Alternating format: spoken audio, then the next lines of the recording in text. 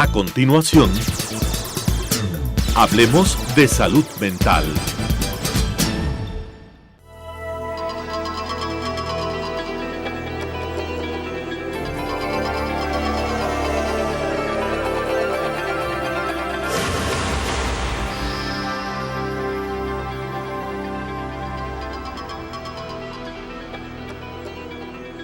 Señoras y señores, muy buenos días. Bienvenidos a que hablemos de salud mental. Señores televidentes, buenos días y muy grato nuevamente en su programa Hablemos de Salud Mental.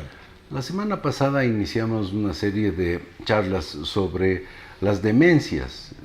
Habíamos comentado incluso de que mucha gente utiliza mal el término de demencia como si fuera una especie de locura, o sea, demente atacó a tales personas y esto. Y realmente desde el punto de vista médico, la demencia es una pérdida de las funciones intelectuales superiores. ¿Cuáles son esas funciones intelectuales superiores? La memoria principalmente, la capacidad de concentración, de atención y lo que se llaman funciones ejecutivas, lo que uno planifica en términos de ejecutarse. Esas son las que se empiezan a perder con el paso del tiempo y hay algunas enfermedades que hacen que esa pérdida sea más temprana y sea más grave.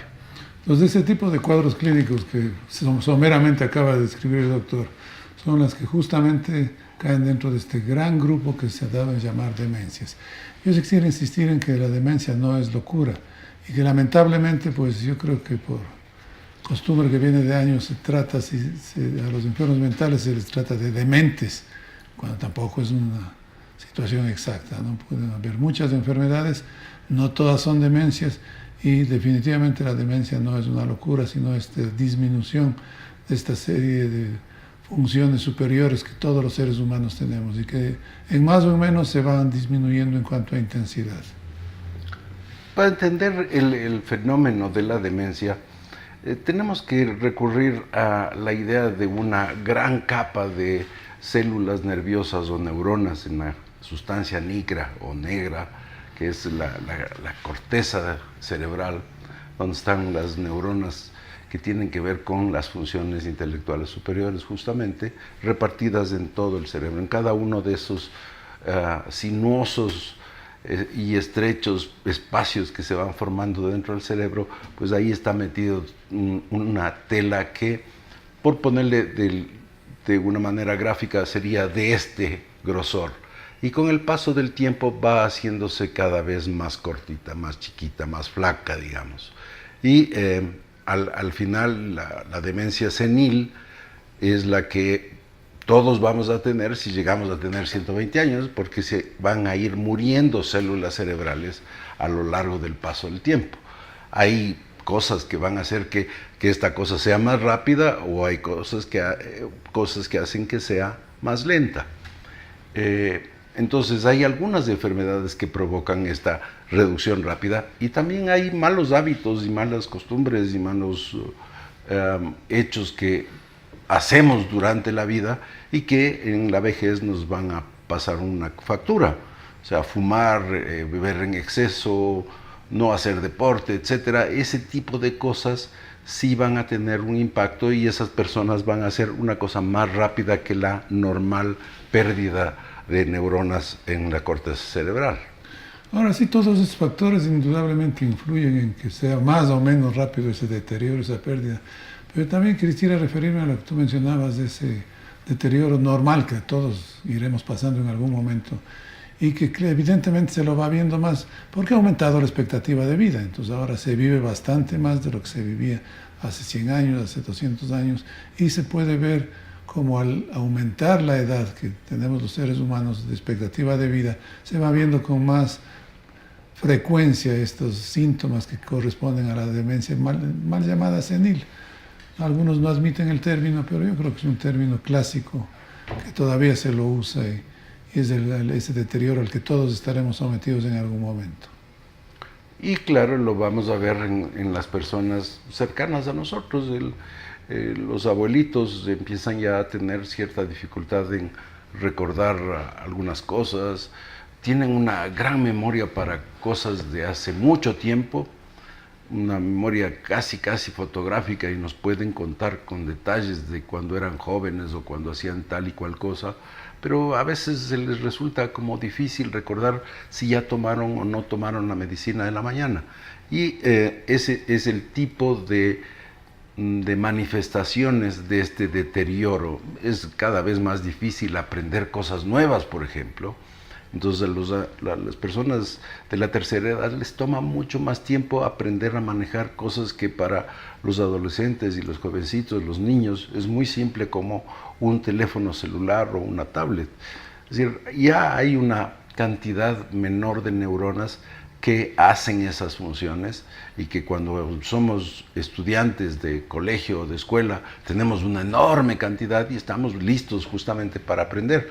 Pero con el paso del tiempo vamos dejando de tener esta capacidad de aprender y muchas veces de recordar cómo eran las cosas. Entonces hay que repetir 2 o 3 veces una cosa que al resto de la gente le parece innecesaria, pero para un anciano es necesario, es importante.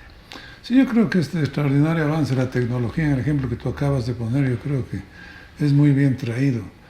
Para un muchacho, un niño inclusive menor de 10 años, el manejar un teléfono celular con todas sus funciones ejecutivas, todas sus funciones de aplicaciones, memorias, cámaras, todo, pues prácticamente es un juego, ¿no? Pero claro, el abuelito usa el teléfono a duras penas para hablar por teléfono, como era lo clásico, y no tiene capacidad de manejar esta era de la computación, de incluirse en estas tecnologías nuevas que la mayor parte de gente las utilizamos, pero que unos le sacan mayor provecho que otros. Entonces, el proceso de degeneración del sistema nervioso, que vemos que es un proceso que va a ser normal, que va a ser acelerado en algunos casos por varios factores. Entre esos factores están enfermedades crónicas como la hipertensión arterial. La hipertensión arterial que no está controlada tiene el defecto, digamos, de que produce microinfartos cerebrales. O sea, cuando se sube la presión arterial, algún vasito chiquitito, microscópico, se rompe y ya deja de funcionar. Entonces, si es que uno no tiene un control adecuado de la hipertensión arterial desde épocas como los 40 o 50 años, cuando generalmente aparece, para los 60 o 70 años lleva 20 o 30 o 40 años de pequeños infartos cerebrales, microscópicos infartos cerebrales. Y si hubieran 1 o 2 o 10 o 100, no importaría, pero son miles de miles en el paso del tiempo. Y esa es una de las causas de otro tipo de demencia al que hablamos la semana pasada, que era el Alzheimer. Este se llama la demencia multiinfártica o vascular. El problema aquí es que los vasos sanguíneos se taponan y ya no funcionan, y el área en donde ese vaso sanguíneo estaba llevando oxígeno ya no lo puede entregar y esas neuronas van a morir. Sí, yo creo que esta etiología, este origen de las demencias, nos hace ver muy claramente la relación que existe entre el funcionamiento sistémico, o sea, el funcionamiento de todo el cuerpo, en este caso el aparato circulatorio, y el cerebro, y el asiento de ciertas zonas del cerebro en donde son el asiento de determinadas funciones. Entonces, dependiendo de dónde se rompen esos vasitos tan finos y dónde se vayan dando los microinfartos, también iremos viendo las alteraciones específicas de esa zona cerebral. Ahora, evidentemente, esto es un proceso. Tú mencionabas con mucho acierto el asunto de la presión arterial alta. Es algo que además se les llama la enfermedad silenciosa, ¿no? Mucha gente no sabe que la tiene ni tiene ninguna manifestación que le alarme, pero sí es bueno tener un control adecuado de ciertos valores pasada la cierta edad, porque sin darnos cuenta, muchas veces sin sentir nada, podemos ir padeciendo de estos microinfartos que a la final pues, nos van a llevar a este cuadro de demencia, es decir, a esta pérdida en la calidad y en la cantidad de nuestras funciones mentales superiores. Otra de las enfermedades que es así mismo un tanto silenciosa, de que no nos avisa que nos está atacando, es la diabetes. Entonces, la diabetes es otra de las causas de un deterioro más rápido a nivel vascular, porque la diabetes degenera o altera la estructura vital de los vasos sanguíneos, y entonces esos vasos sanguíneos son mucho más propensos a dañarse y por lo tanto producir infartos cerebrales, que son los que van a la larga a producir la demencia de este tipo, ¿no? De este tipo vascular. Entonces, demencia e hipertensión muchas veces van de la mano en la producción de estados de demencia del tipo vascular en personas incluso con, yo diría, jóvenes, ¿no? 65, 70 años, que no se han cuidado adecuadamente de su hipertensión arterial, o no sabían que la tenían, o no sabían que tenían diabetes, y por lo tanto hacían una serie de mal manejo de esa enfermedad, ¿no? Sí, conforme va pasando el tiempo, este tipo de enfermedades pues igual van produciendo inconvenientes por sí mismas, ¿no? Entonces, por ejemplo, la diabetes es una enfermedad tremendamente deteriorante, que a través de estos daños en las íntimas, en las arteriolas, en los vasos sanguíneos, pues nos van pasando factura, nos van dañando en nuestro funcionamiento, y evidentemente el cerebro no escapa a ellos. Y entonces una persona con una diabetes mal controlada, y enfermedad que lamentablemente va en aumento porque sobre nuestras tendencias de sobrepeso por malos hábitos alimentarios, pues siempre será algo que habrá que estar corrigiendo para no llegar a esos inconvenientes. Otra enfermedad que puede producir demencia es la depresión y la ansiedad. Estas dos entidades no son inocuas, no es lo que la gente cree que es tristeza, ¿no? La depresión es una enfermedad y pone en juego una serie de sustancias que son neurotóxicas. ¿Qué quiere decir esto de neurotóxicas? Que son dañinas para las neuronas. Y esta neurotoxicidad es promovida por los estados depresivos. Los estados depresivos aumentan la cantidad de sustancias neurotóxicas en el cerebro, y por lo tanto el índice de muerte celular es mucho más grande y más rápido que lo que normalmente esperaríamos de una persona que no tiene depresión. De ahí es importante tratarse la depresión.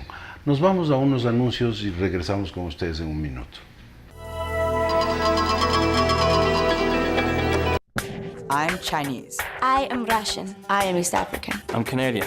I am Filipina. I am Irish. I am Bulgarian. Korean. I am American. I am Brazilian. Italian. Mexican. I'm British. Swedish. French. I'm Israeli. Mongolian. I'm South African. Japanese. We are mankind.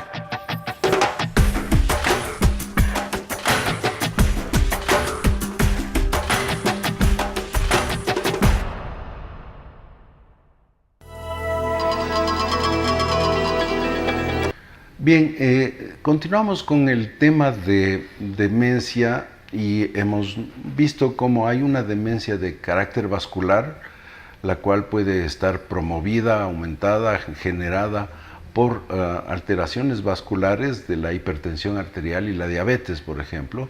Y también algo mencionamos sobre las neurotoxinas, sustancias que son tóxicas para las neuronas y que, por ejemplo, son promovidas por estados de ansiedad o de depresión.